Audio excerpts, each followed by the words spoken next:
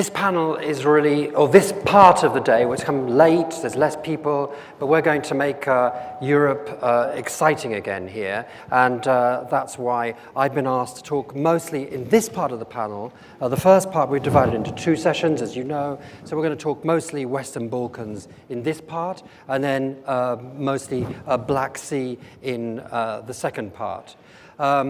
Well, as you can see, we're all here. We've got the Deputy or Assistant Foreign Minister of Croatia, Europe Minister from Montenegro, and State Secretary from Foreign Affairs, István Ijártó from Hungary. So the Balkans are often talked about. I don't know, perhaps we should begin with you, because we've got one representative of what's called the Western Balkan Six. Those are the 6 countries who are aspiring to join the EU. Croatia has as deeper roots in the Western Balkans as you can get, but is not part of the Western Balkan Six, but is already part of the EU. And the Western Balkans are often talked about as the European periphery, but I suppose if you're in the Western Balkans, Hungary is the Balkan periphery. So you're kind of looking in on the Balkans. You've seen the instructions. We're supposed to talk about strategic hedging, power politics. From your point of view, how does it look? From inside the EU, looking into the Western Balkans, are you happy? Are things going to plan? Are you worried? Are you worried about the influence of outsiders? Are the Russians playing a positive role? Are they maybe not playing a positive role? Is the EU doing as much as it could? What are the Turks up to? The Chinese? Gulf Arabs? This is really an exciting part of Europe. So what does it look like from where you sit? Well, thank you very much. However, there's an avalanche of questions. I try to answer a few, but not all, indeed. Let me start with a quotation. Probably it fits very much to the subtitle or the title of this panel. I quote, "Divide and rule, the politician cries. Unite and lead is watchword of the wise." And this quotation is from Johann Wolfgang von Goethe, who is not necessarily a Balkan expert, but he was definitely a European expert in a very interesting period of German, well, not unification, but he was also not a fantastic poet, but an excellent European thinker and writer. I think it's very much fits this quotation, because it's not unfortunate and not a mistake that the whole panelists talk about division and possibly rather about division than unification, because if you face to the Balkan problem, always division was the first. And as you already noted, so many players always been in the history very eager to make this division even deeper in the Balkans.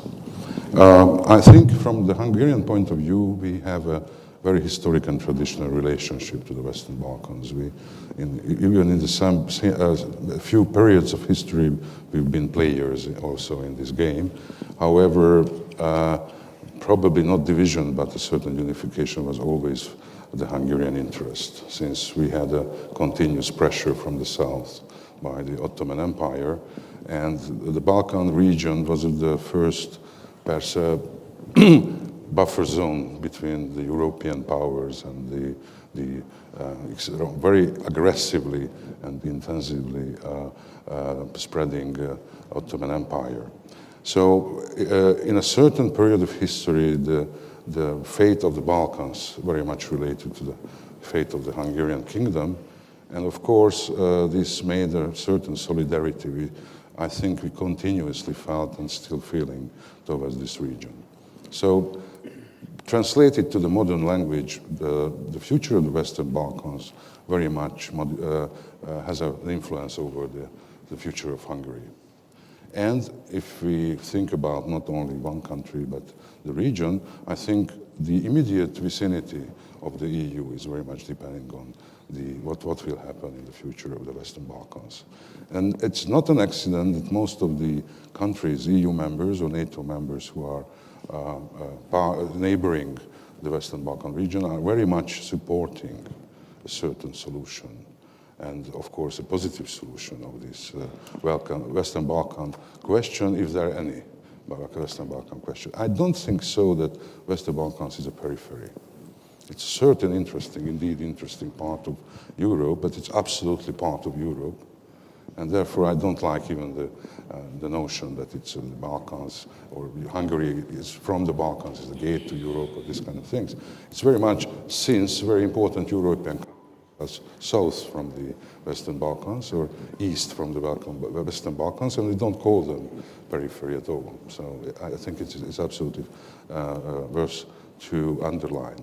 The second remark is that I think now, since the bloody post-Yugoslav conflict, the tragic conflict, stability is the first principle we should take into the consideration.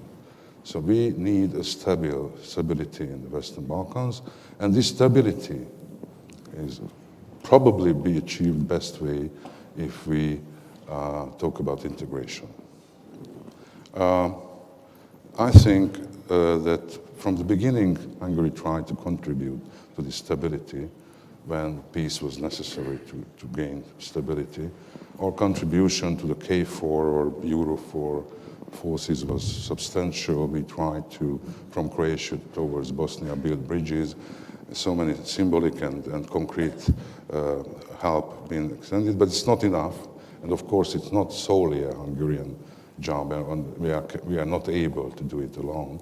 So there is an enormous need of, and probably this is the second or third principle I would like to introduce, this is solidarity.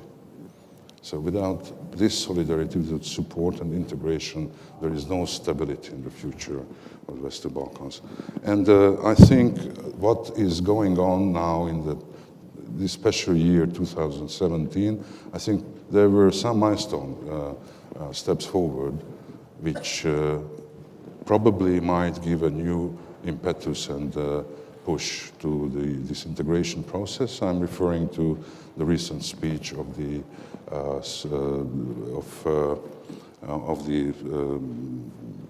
High Commissioner for integration, and I'm talking about the March meeting of the EU countries, head of states. It was a very important commitment, and even the Trieste meeting of the 6 countries funding some new projects, which might giving us a very good example that it's this kind of cooperation between the 6 countries are not impossible. I might stop here and give the floor. I'm going to ask you a couple of questions then. Yeah, I'm going to take advantage to ask you a couple of questions before we move on to our next panelist.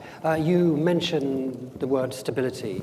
For some people in the Western Balkans, the word stability has become, especially with reference to the EU, has become almost a dirty word, in the sense that some people regard the EU as often turning a blind eye to problems of, I'm not naming any particular country, but it's clear that certain trends can be seen in quite a few of them, of authoritarianism, overlap of politics and organized crime, and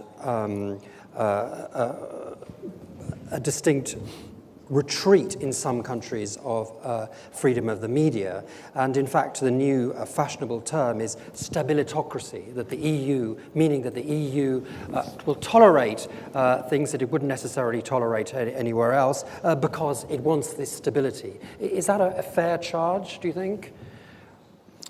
Well, indeed, we might find a lot of examples in the region, and unfortunately in many emerging Eastern European countries, that the rule of law and the classical democracy is not necessarily 100% there.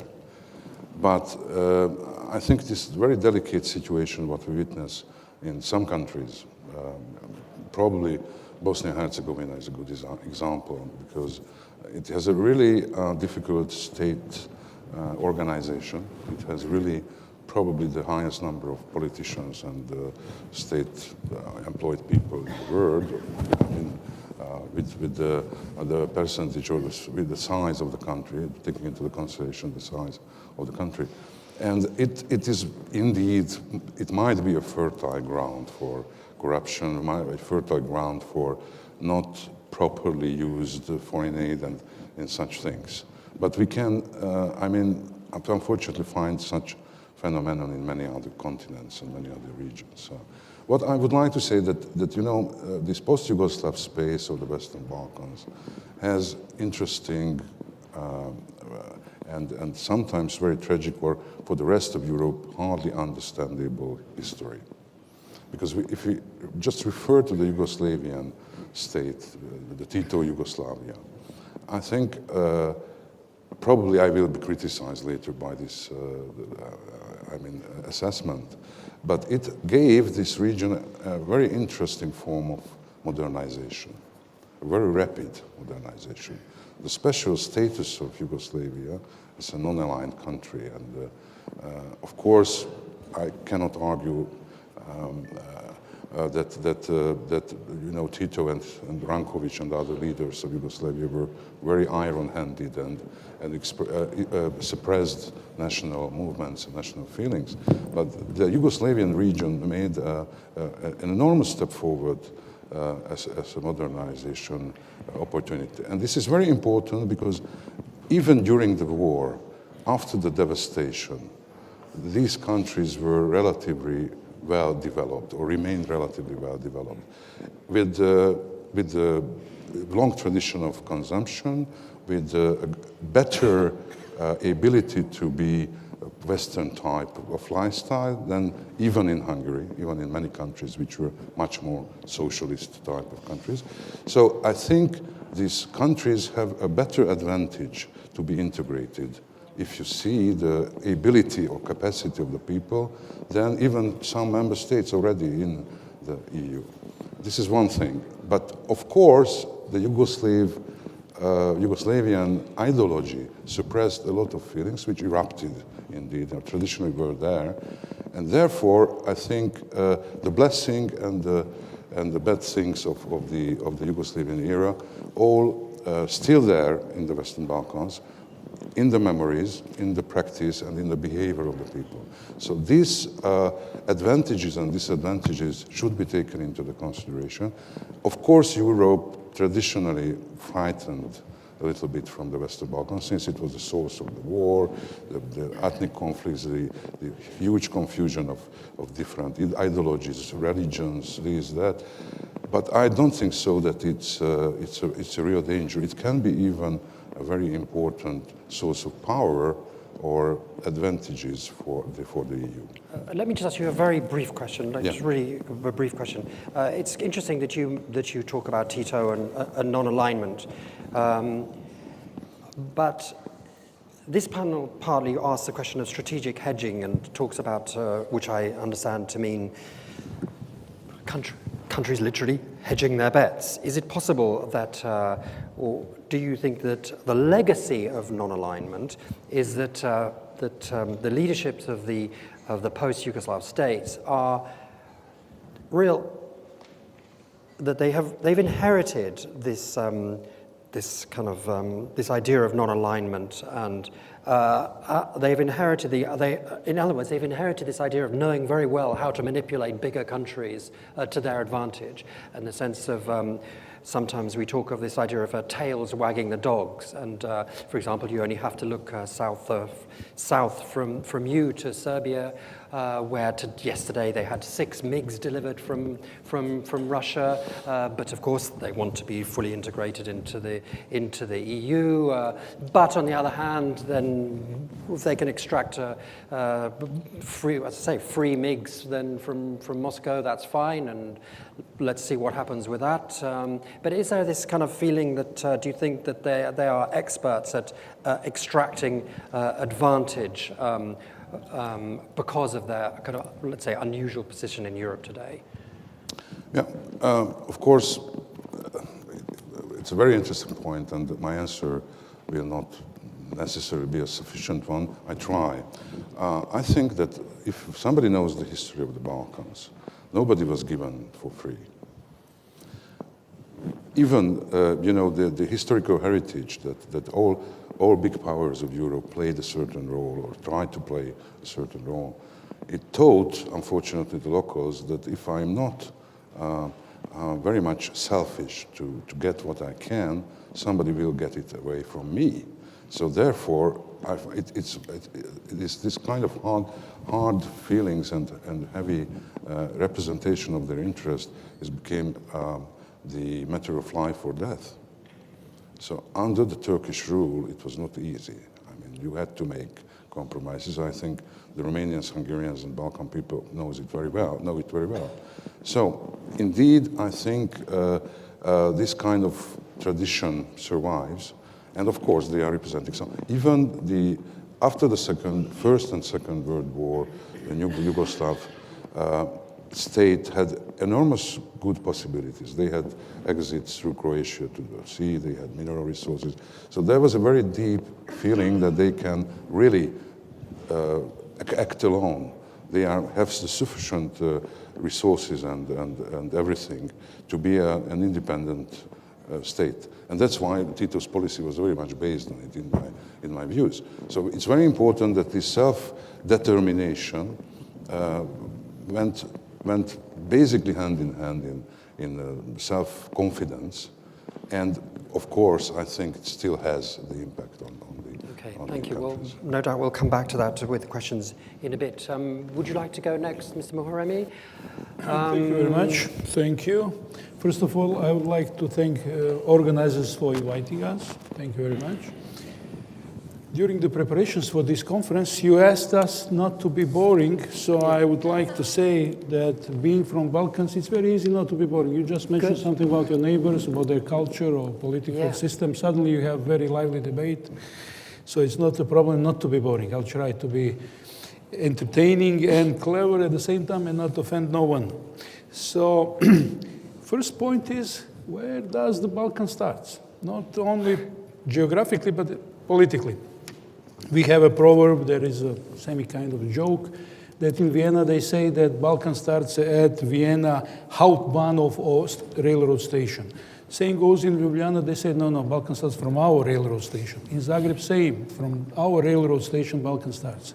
Meaning that Balkan, with its very nasty heritage in having more history than we can carry, is there.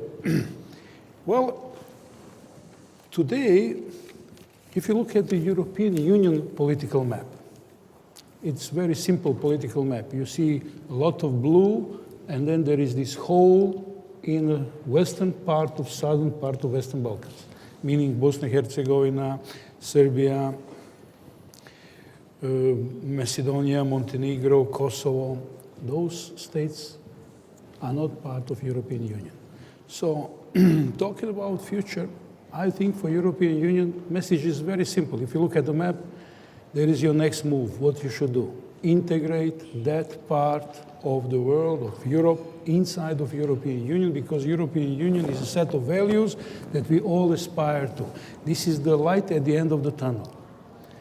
So this is my second point that I wanted to make, because value or the idea of united Europe is much more than it looks, that you can see when you look from too close. You should make 2 steps back to see the bigger picture. So this is the huge advantage of political European Union for that part of for the Balkans. And maybe a few words for the start about Croatia, maybe a point how you can see Croatia. Our colleague from Hungary just mentioned a few things from history, so let me put it this way. Croatia was a relatively poor part of a relatively successful and rich Austro-Hungarian Empire. Then, after First World War, Croatia was a rich part of very poor Kingdom of Yugoslavia, which was consisted of part of Ottoman Empire and part of Austro-Hungarian Empire. So two civilizations, 2 cultures, in a bigger sense of words. After the Second World War, Croatia was relatively more advanced industrial part of socialistic Yugoslavia. Our colleague also spoke about that. And finally now, 3 years ago, and from 2009 we are part of NATO, and for 3 years ago, member of European Union. So finally Croatia is again relatively poor, part of rich European Union. So we think that we achieved our strategical political goals. We are members of European Union and NATO. So let me start at this point, and later we can go further. The Vesna Pusic, who was previously the foreign minister of Croatia, used to say, our job when we joined, this is before you joined, or when you joined, he said, our job when we join the EU, our value added is to bring in the rest of the former Yugoslavia. Yes. I'm not so sure that's the case anymore for Croatia. It is the case. Yes. But there are people in Croatia who think now we're slamming the door. We don't want those people behind us. Let me give you another piece of example. Here is Minister for European Integration of Montenegro. Montenegro this year joined NATO, and we helped Montenegro very much as we could. And first time in history, we have eastern part of Adriatic Sea all together in the same alliance. So you have Slovenia, Croatia, Montenegro, Albania, further down south, Greece and Turkey, all members of NATO. And we are helping our neighbors. Everything that we translated, and languages are very similar and close, we gave for free, and every help that is asked, we provide to whole region, to everyone. To Macedonia, we are focal point for NATO, everything. Okay, but the last few years, perhaps you could say EU attraction, especially since the crisis, has kind of is not as strong. It's not as strong as it was. And you mentioned this area as a kind of black, not hole. Well, yes, a kind of hole in the map. Sorry? A grey, yes, it's often grey, exactly, grey area in the map. Increasingly, we've seen Russian interest in the region. The Turks, at least until the Arab Spring, talked about a kind of, not return to the region, but they talked about increasing influence. There was the famous choice, I think Mr. Erdogan raised hackles in Serbia when he talked about Kosovo is Turkey and Turkey is Kosovo. When he won the election at one point, when he won the last election, or maybe the election before that, he said a victory in Izmir is a victory in Sarajevo. We've had increasing interest from the Gulf Arabs, especially in Bosnia, but also in property and other businesses in Serbia. Chinese interest now. I'm thinking especially of the plans to sort of upgrade the railway from is it from Piraeus or from, well, having bought, the Chinese having bought Piraeus port, but to upgrade the railway, at least from Thessalonica to Budapest. Kind of like, are you worried from Croatia, like, that if the EU is not kind of strongly there? And perhaps I should also mention the sort of, I don't want to say the end of American leadership, but certainly a lack of interest of the Americans in the last few years. And I wouldn't bet on Mr. Trump. I'm sure he knows where Croatia is because it's next to his wife's, the place where his wife was born. I'm not sure he would be able to distinguish everywhere else on the map. But are these things worrying? Like, did you know? Yes. You asked so many questions. But let me just add one more point maybe to help you. You said added value, Croatia being member of the European Union and NATO. As you know, with neighbors, it goes like that. It always is, we are always curious why the neighbor's Greece is a little bit greener than ours. So there is a good example. If Croatia is a member of NATO and European Union, that is very strong incentive for neighbors also to join integrations and move forward because, you know, it works almost always like that. You asked so many questions. Now let me put it this way. In this area of former Yugoslavia, it is very well known fact that, for example, Croatia and Serbia are two biggest former republics and now sovereign states. So of course for the major players, it is also very natural to not to put all eggs in one basket, let me put it that way. So of course they are investing, trying in different parts of the world. Our colleague from Montenegro can say a little bit more about one side of that story. Recently they had very specific events. But again and again, being member of European Union and NATO provides a lot of answers in advance. You are in a certain one-way street, and you are inside of the club. So you have to discuss and find solutions inside of the club, and there are then decisions that you make regarding that membership. So worried, always, state has to take care about their self-interest, but looking at the bigger picture. I'm coming back to the main thing, because we had such a difficult and long and very complex way to become a member. It is part of our nature, because we suffered a lot. It's not just membership. It took us 20 long years. Yes. 20 long years. And Croatia was together with Slovenia, most advanced part of former Yugoslavia. And our colleague was praising former Yugoslavia. So we were already ready. Because of our sacrifices that we had to take, we plummeted in so many different ways deep, and we recovered. So it took us so long. Finally, we are a member. And yes, we are aware of all the complexities, but trying to find the best way in primarily at this point for Croatia, economical recovery or economical advance is the biggest or most important target.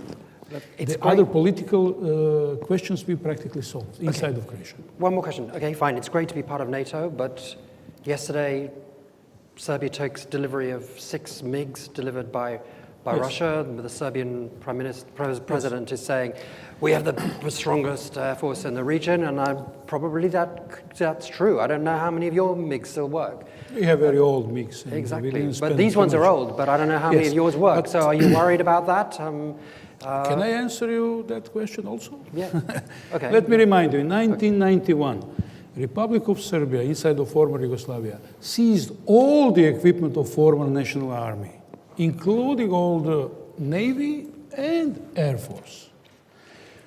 And people don't know how it functioned. Yugoslavia was practically a confederate state. We had a situation where we had joint army, and each republic had territorial defense forces, which were financed by local authorities. Yes. So a local factory would buy equipment for the local territorial unit. So being one of the richer republics, Croatia bought a lot of weapons for their territorial units. Yugoslavian National Army, under Serbian leadership influence, seized all that equipment. And all that equipment was used against us. We had to buy on the black market, second time, equipment, and everything that we were it was shot inside of Croatia. So we suffered heavy devastation. Third of territory was under occupation. Quarter of population was resettled. Can you imagine 20 million Germans changing the place of living, or 7 million Romanians just changed the place of living? How costly is that? We lost all the revenues. All our industries suffered because they lost Yugoslavian market, they lost third world markets. All that was achieved inside the former Yugoslavia was lost. So, and Serbia did not win then. What do you think today? We are members of NATO and sovereign state and doing well.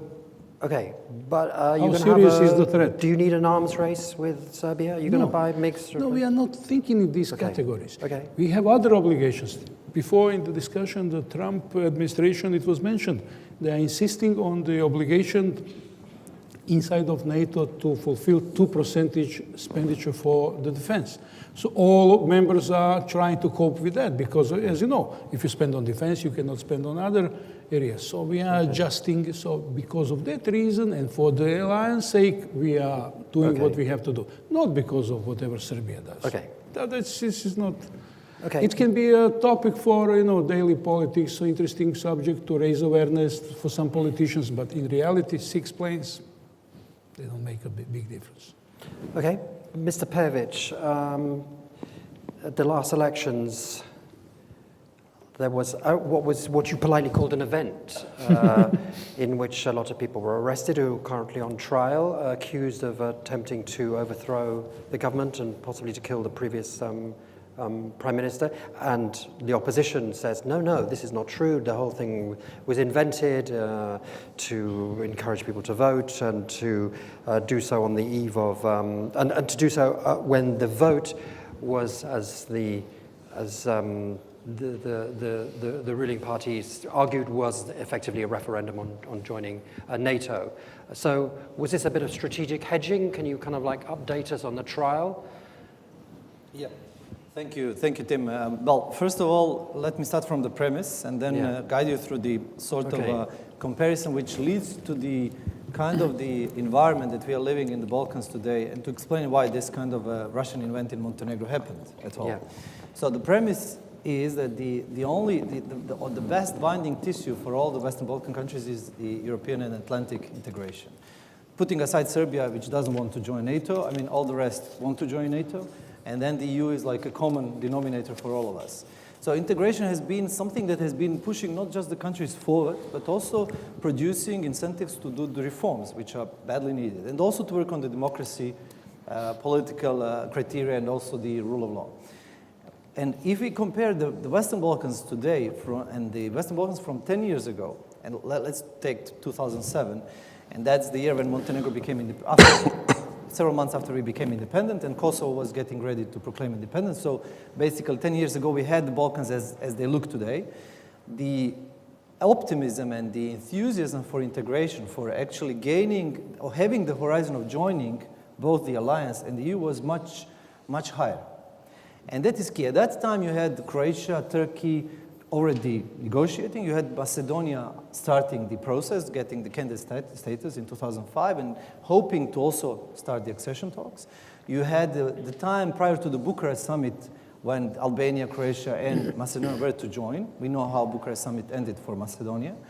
And we had the feeling that things are moving. You had lots of regional meetings. You had lots of political understanding that there is a brighter future ahead of us. It was before the economic crisis, so all the economic indicators show that the economy is bouncing back, so we are having a brighter future. What happened is, like now in 2017, we have a pretty much different situation. We have a lack of horizon.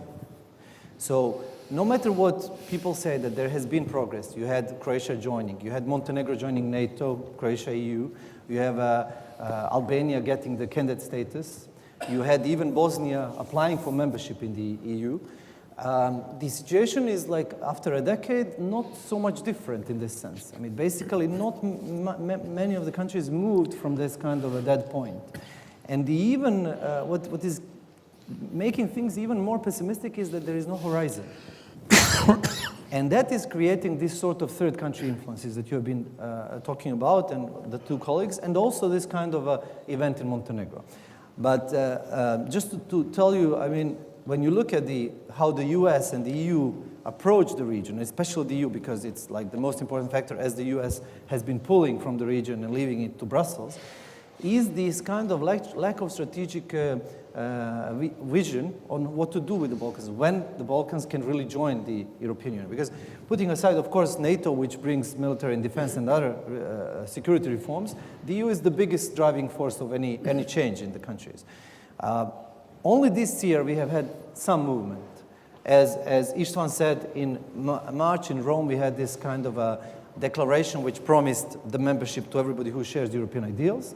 We had Mogherini coming to the region in March and April, and being struck by what she saw in the Balkans and how the Balkans actually feel.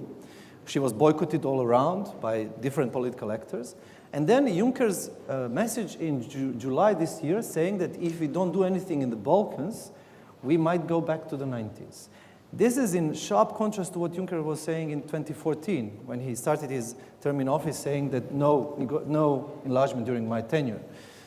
And then his speech in Strasbourg, when he said he wants that the next Commission, the next European Parliament, 2019-24, see movement in this, or see new enlargements. And then his new strategy, which he promised for Serbia and for Montenegro to be a part of this horizon until 2025, so these two countries should be joining the EU. Although the strategy is still being prepared for February next year. So this is kind of a setup, and as you can see also that there are no other countries, only Montenegro and Serbia were mentioned in Juncker's speech. And then comes Macron's speech, obviously mentioning the Western Balkans, the importance of enlargement in this area. What does it show? That there is a kind of a change, finally this year of the attitude, the change of the strategic kind of positioning. We can also say that the Americans have been catching up with this, with the new administration, with the new appointments, now with the new people in the State Department, and much more interest. But what we also see is this as a kind of reaction to what is the third country's influence. So I'm coming back to the current environment. We see that this kind of different actors, which are not the US or the European Union, such as the Russian Federation or Turkey or, let's say, China, and to some extent also not to forget radicalization and extremism as a kind of also third country influence, because it comes back through the foreign fighters and all the influences back from the Arab world. We are having 4 different levels of influence.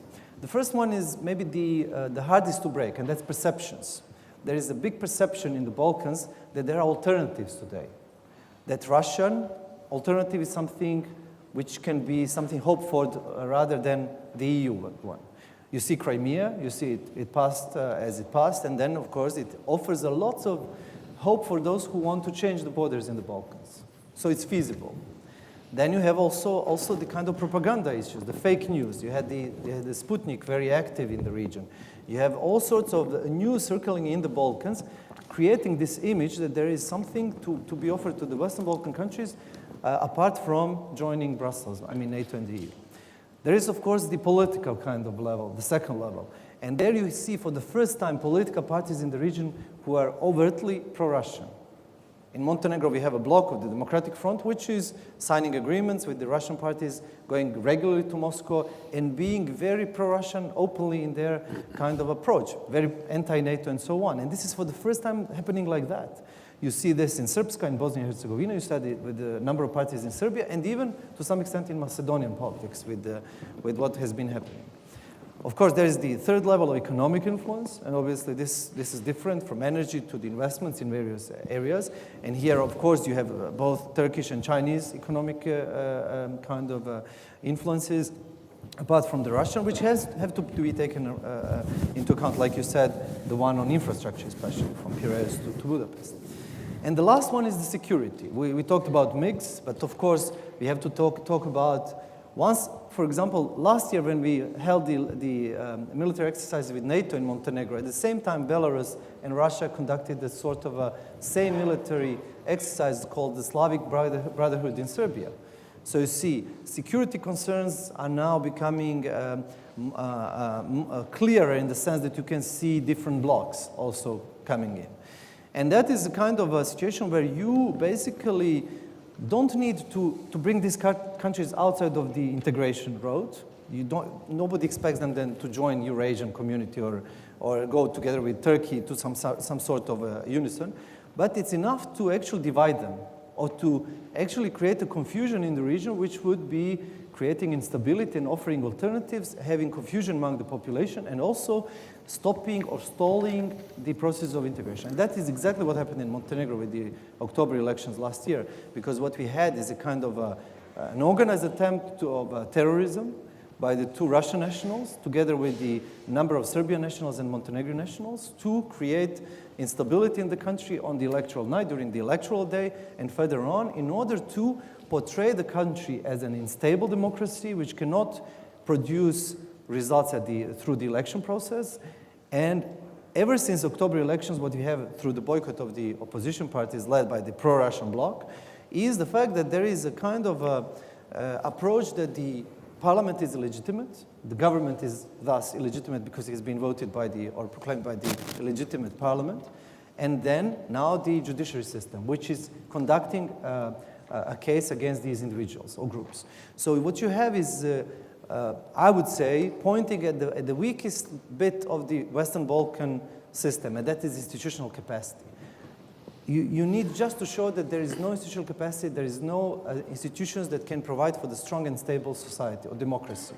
And that would be enough to either fully stop the countries or just slow them down on the integration path.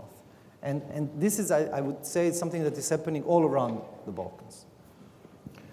Great. Well, thank you very much. Perhaps you'd just like to say a little bit before we open up, just a little bit about the trial. What's happening in the trial? Where have we got to? Well, the trial started in July. The case has been extremely complex because It involved the 2 GRU agents, I mean the Russian nationals, also some other kind of foreign nationals from Serbia.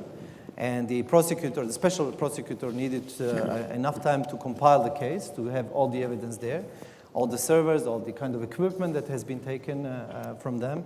And now the court proceeding is going on from July this year. It's very, I would say, followed by the public. We'll see. The importance of this kind of judicial case is not just to clear out what has been happening, but also it's political, because the opposition would be waiting to see how this will be resolved. And because their claim is that the election night or the election process has been marred by the staged coup and not the real events that took place. Okay, thank you very much. Well, let's open this up. Who would like to be the first to ask a question or make a comment? Yes, please.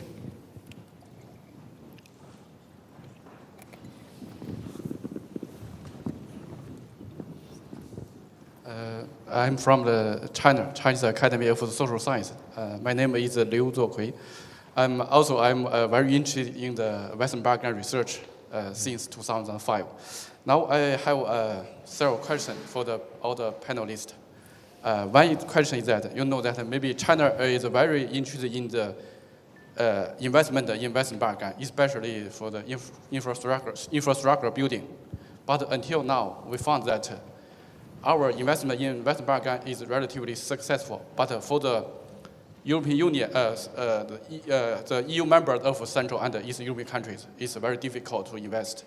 So I want to know whether there are some hidden barriers from the European Union, especially from the... Hidden what? Sorry, what was the word? Hidden? Yeah. You know that we have invested in Western Balkan. This is one part, relatively successful. But when we invested in the Central and Eastern European countries of the EU members, it's relatively unsuccessful. I want to know the truth, or whether there are some hidden barriers from the European Union. Barriers. This is the one question. Barriers. Barriers, I think. Would one of you like to pick that up? Yeah. This is for you. Yes. Yes. You have a success. Can I start with it? Yes, please do. Yeah. Let me put it into a context, because it was very important what Aleksandar just in the final part said, that capacities and the sort of how the players trying to use this weakness in capacity building is a very important remark. So if we enumerate those players who are playing, first of all, but of course later answering the Chinese colleague question, let's start with Russia, because Russia is the enigma in the play of the Balkans. So if we are observing Russia's move to the Balkans, which is, well, if I may use this word, is a traditional hunting lodge for Russia. This Anti-what? Hunting lodge for the Russian interests. So even very much having a historical ground to be active in being a traditional advocate of Serbia and other countries. And of course, the Russian contribution for the liberation of the Balkans was absolutely necessary. But I don't think that Russia has any more the capacity to really give an alternative for the Balkans. I think it's an illusion. Okay. Still, there are so many countries, of course, as Aleksandar had excellent examples. So Russia, I think, tried to have a foothold there, but it's not an alternative player. Why the Chinese are important? Because I think China has relatively small interest in such a small market like in the Western Balkans itself. I think China is very much interested in that when these countries will be integrated, it's very good to have positions. So that's why I think Chinese interest is a pure economic one, which means that it makes understandable this Piraeus Budapest project. He needs markets, he needs transit routes to the heart of the EU, and the Chinese are calculating excellent. So, sorry, can I just, did you say in your question that you thought it was, you're asking why is it easier to invest in Central Europe than in the Balkans, or the other way around? My question is that For the European Union, there are, for the Central and the Eastern European countries, this region, there are 11 EU members. Until now, our investment in these 11 Central and Eastern European countries, especially the infrastructure, is not so successful. Not successful. Yeah, but for the Western Balkan countries, non-EU members, is relatively successful. Says the Balkans is more successful. It's more successful. It's easier so to. Why is it easier to invest in the Western so Balkans? just make a comparison. Well, what's the reason that our investment Well, I don't know if that's EU members are not so successful? Is there any Chinese investment in Montenegro? Yes, there is the Chinese are building our biggest infrastructure project, the motorway to the north. It has been an excellent project. I mean, so we are quite happy with that.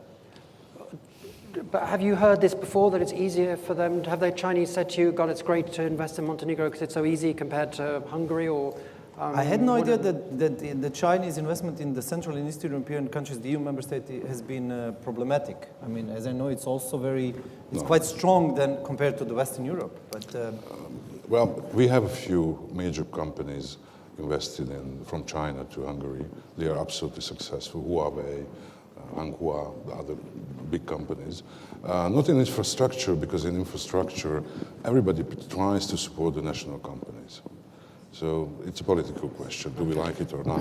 So it's not, outsiders are, regardless of the fact that they are from Asia, from the US, whatever, the infrastructure is a very much government, managed program, and the governments tend to support the national industry in infrastructure projects. All I can say, I think that there was a report last week by the EBRD which suggested perhaps that there was less transparency in the way contracts were drawn up when it came to the Western Balkans and other parts. There are very strong and difficult European rules and regulations that we have to follow. Exactly, a lot of the and EU. The business model that Chinese state-owned or other investors are offering is not easy to match with European rules and regulations. This is one of the primary problems. I can understand Chinese interest, for example, in Croatia, is very simple. Croatian ports are very close, deep into European continent, because Adriatic Sea is going deep into European continent. So establishing good port facilities would bring goods to Central and Eastern Europe 3 days faster than from Rotterdam and Hamburg, for example. But again, the business model is the problem. We have to follow strict rules and regulations. How do you announce tenders, public, open, transparency? Exactly. Just if you've not seen this report from the EBRD from last week about this question of China and the Western Balkans, then just ask me afterwards and I'll forward it to you. Okay.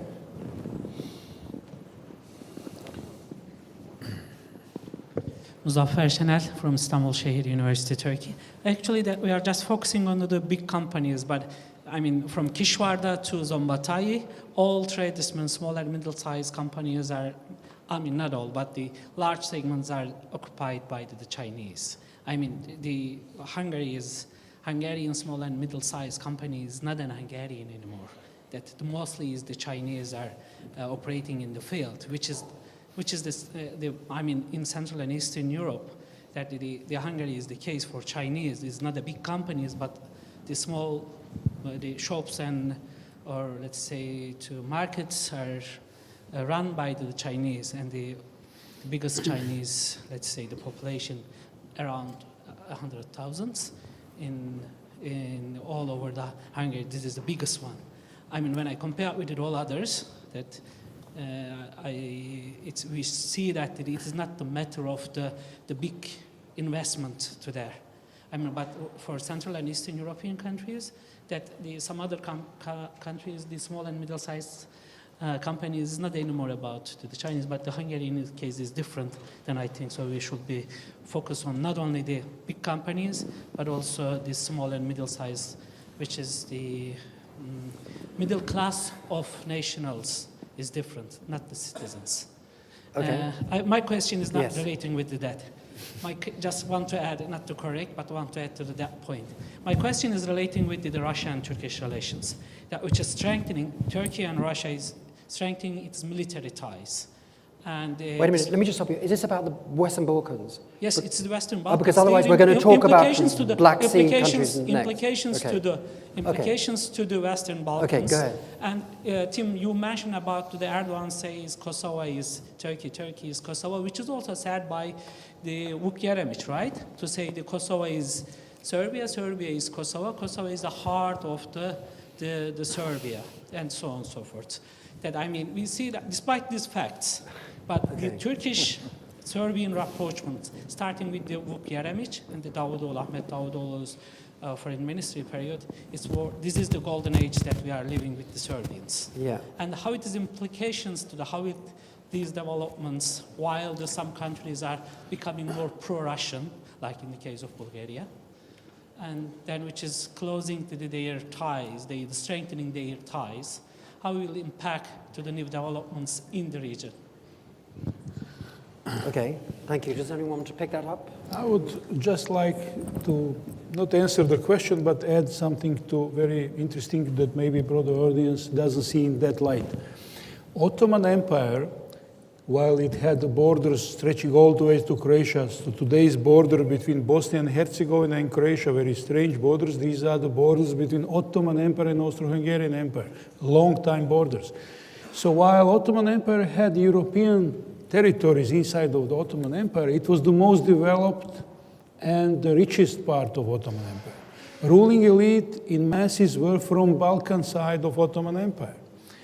So later, when the Republic of Turkey was established and created a national state, some of those facts that a lot of people from Balkans were the ruling elite and very important part of society was a little bit forgotten. So maybe recently, descendants of those European Ottomans that live in Istanbul, Izmir, and Ankara, and other areas, maybe they also were part of revivaling the feelings toward the former parts of Ottoman Empire, the richest part of Ottoman Empire, and there is a strong feeling like that. So maybe this is part of thinking. Of course, there is another layer to that, but everyone pushed in that direction inside of Turkish political elite. So just a small token, some small food for thought there. Thank you. Time is running on, and I've suddenly realized that we're later than I thought. And so I'm going to basically wrap this up. Unless, would one of you like to say a last word? Otherwise, we're going to move swiftly from Balkans to the Black Sea. But is there anything that you would like to leave us with? Let me finish just with one sentence. Again, at the beginning. Yes, go ahead. We were talking about European Union and Balkans. Message is very simple. We need bold leadership inside the European Union leaders to see the bigger picture. We need rest of Western Balkans integrated. Great. Could you pass the message to Mr. Orban? Yeah, sure. Even not only Orban, because in mid-October, a few days, we will have the V4 Western Balkans high level, because Hungary is now the chair of the V4. Good. So, and this meeting is dedicated to this message we would like to send all over Europe, and even transatlantic channels too. The responsibility of the EU and the NATO is there. So this integration process should be continued. Great. Would you like to have a last word? Yeah, just to say, and to repeat maybe myself, is that all of this, the lack of the strategic approach of what to do with the Balkans by the EU and NATO and the US has created this kind of vacuum that is providing for all of these things happening. And then what the question the gentleman asked about Bulgaria and what's happening with this kind of different issues, it's all about how much you actually allow for the third actors to come in. So the point is that what we need is from the EU is a clear strategy, a clear horizon, and the idea what to do. It's a region of 18 million people. It's less than Romania by GDP and by population. And it has been now almost 30 years. Amir was telling that they needed 20 years. We're now talking about 30 years for some countries, and there is no solution. So this is exactly, I think, a message that should go from Aspen for the region. Great. Thank you very much. Thank you.